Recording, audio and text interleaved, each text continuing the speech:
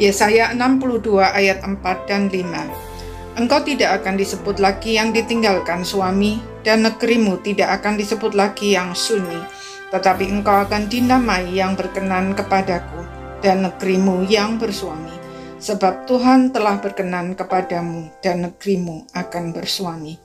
Sebab seperti seorang muda belia menjadi suami seorang anak darah, demikianlah dia yang membangun engkau akan menjadi suamimu. Dan seperti girang hatinya seorang mempelai melihat pengantin perempuan, demikianlah Allahmu akan girang hati atasmu.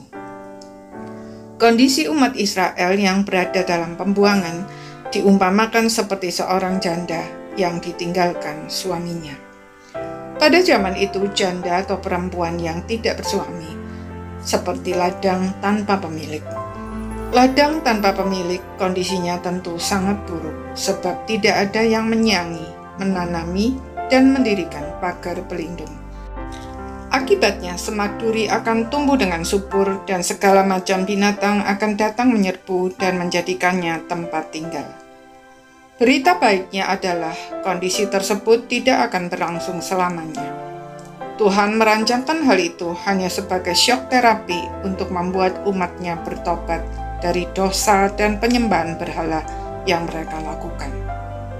Waktu yang ditentukan juga pas dengan waktu yang mereka butuhkan untuk berproses, yaitu 70 tahun. Ketika saatnya tiba, Tuhan menebus mereka dan mengembalikan mereka ke tanah perjanjian untuk membangunnya kembali. Mereka tidak lagi disebut yang ditinggalkan suami, dan negeri mereka tidak lagi disebut yang sunyi, tetapi mereka dinamai yang berkenan kepada Tuhan, dan negeri mereka yang bersuami. Hari ini, apakah kita sedang terpuruk akibat dosa yang telah kita lakukan?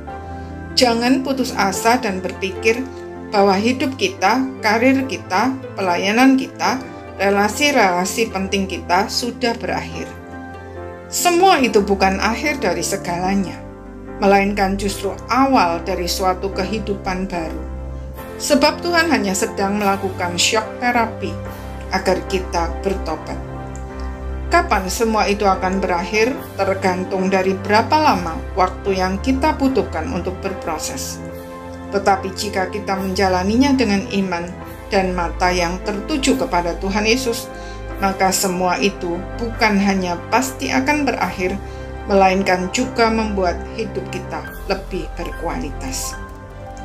Karena itu, apapun yang terjadi, jangan biarkan semua itu berlalu dengan sia-sia tanpa makna. Marilah kita jalani dengan iman dan penuh pengharapan kepada Tuhan, sampai Dia sendiri berkata, "Cukup," dan memulihkan kita. Pada saat itu kita akan bersyukur, sebab tanpa semua itu, hidup kita tidak bermakna.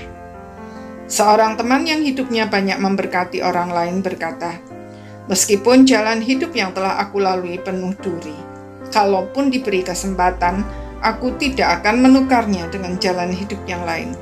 Sebab duri-duri itulah yang justru telah membentukku menjadi sebagaimana aku adanya hari ini." Kiranya Tuhan menolong kita untuk melihat karya kasih-Nya di dalam hidup kita. Amin.